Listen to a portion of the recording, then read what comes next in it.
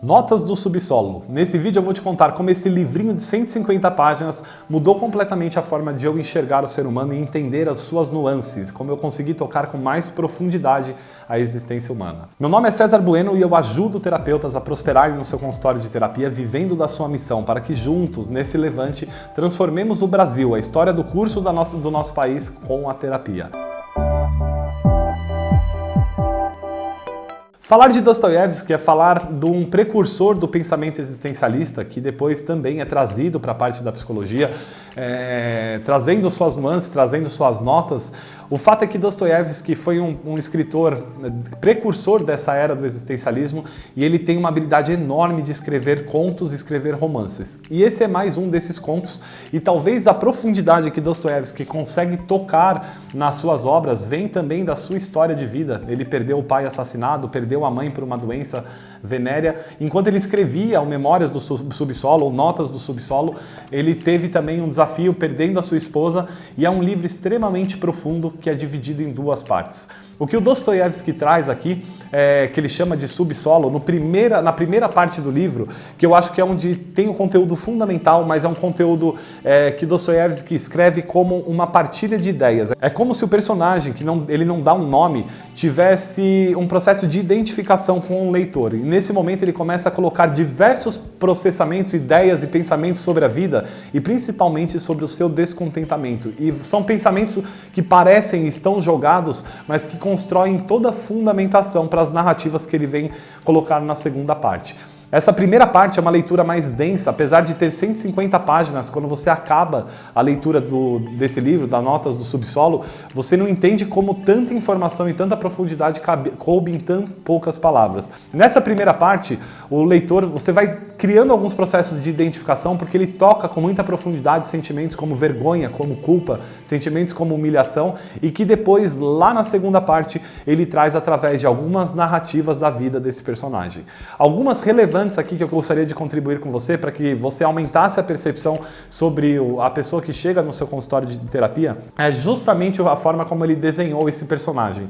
Dostoiévski, ele tem uma habilidade bem profunda de fazer uma escrita polarizada. Tem momentos da leitura que você sente profunda empatia pelo personagem, momentos da leitura que você sente até uma aversão, um asco ao personagem do livro, pelas coisas que ele coloca já na primeira frase do livro. Eu sou um ser doente, eu sou um ser mal.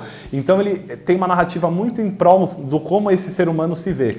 E é interessante porque tem muito reflexo sobre como é de fato a vida da maior parte das pessoas, quando não tem um trabalho de um autoconhecimento. Muitas vezes elas acordam pela manhã extremamente fragilizadas, pensando e sentindo coisas negativas a seu respeito, e interagem pela manhã dessa forma com a vida. À tarde acontece algum grande evento, essa pessoa modifica e ela passa a ter grande esperança sobre a vida, tem ideias, projetos na sua cabeça, mas chega no final da tarde ela já está com outro sentimento negativo. Então o ser humano tende a passear nesses polos, e é o que ele coloca dentro desse livro. Uma das passagens bem interessantes, ele coloca esse personagem como servidor público que ganha muito mal, e ele vive através da aposentadoria. E esse servidor público está andando na rua e ele cruza e tromba com um oficial, uma pessoa que estava fardada. O oficial, ele grita com o personagem, ele xinga, humilha o personagem através daquilo, e o personagem ele não pode responder àquela humilhação, então implodindo, entrando no embotamento emocional, e gera várias reflexões que ele coloca logo depois, que acontecem muitas vezes no nosso dia a dia. Quando nós nos sentimos impotentes em poder manifestar o nosso ser por causa de papéis ou denominações sociais que o nosso próprio mundo constrói. Ele fala muito aqui sobre os códigos sociais, sobre regras que muitas vezes vão dirigindo e incapacitando o ser de ser essencialmente genuíno com as suas experiências psicológicas. Naquele momento ele aprofunda bastante sobre como ele se sentiu, a humilhação, do como ele permeia por ter essa invisibilidade psicológica, por ser uma pessoa de uma classe na sociedade que era uma classe mais invisível, uma pessoa que é aposentada, que ganha pouco e que tem poucas condições de acessar uma possibilidade de vida melhor.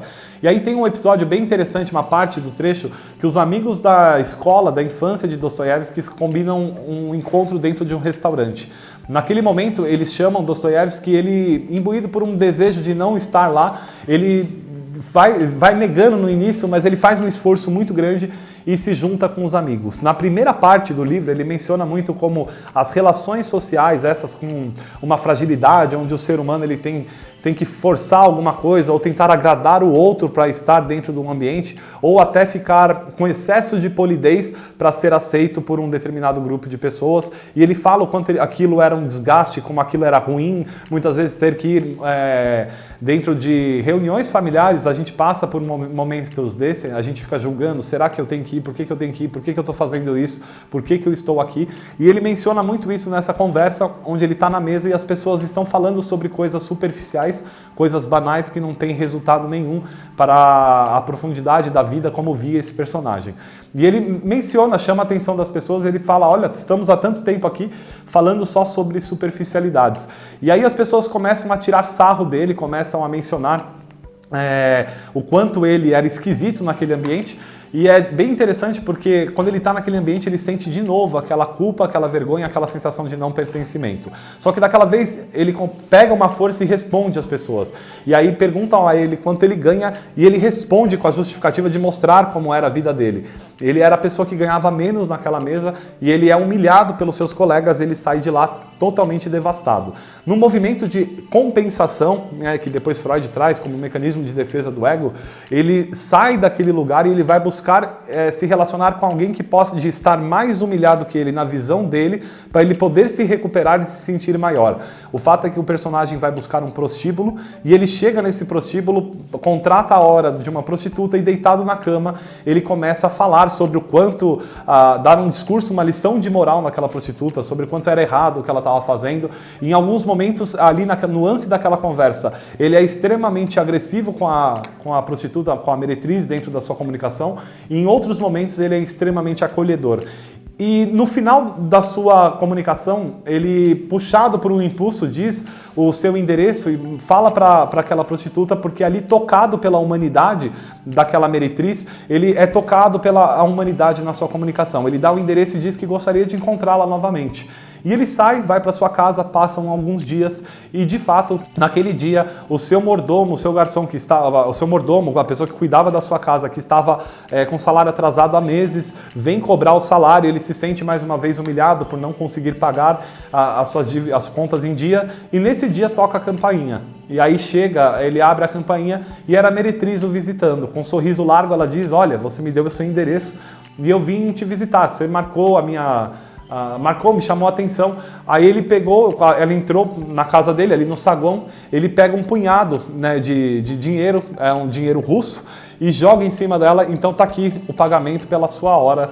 E ele, mais uma vez, escrotizando, né, o que está acontecendo, e mais uma vez é o momento onde você pega a repulsa daquele ser, porque naquele momento, quando ele tocou a humanidade daquela pessoa, ele estava dotado de alguns filtros psicológicos diferentes do quando ele recebeu a prostituta em sua casa, num dia que ele teve que lidar com o seu mordomo devendo para si, e aí ele vai lá e se coloca mais uma vez como uma autoridade, diminuindo aquele ser humano que está à sua frente. O ponto aqui é que esse romance clássico, né, russo, feito por Dostoiévski, nos mostra nuances do ser humano numa profundidade extremamente valiosa. Ao ler e reler, eu leio esse livro com diversas vezes, ele fica até na minha mesa, é um livro que eu leio, todos os anos eu releio ele, porque ele traz uma profundidade de entender e tocar as emoções humanas e principalmente essa questão mais existencial. Isso traz uma clareza, muitas vezes, no discurso, na fala e na manifestação que o nosso cliente tem e em como nós conduzimos o nosso processo de terapia.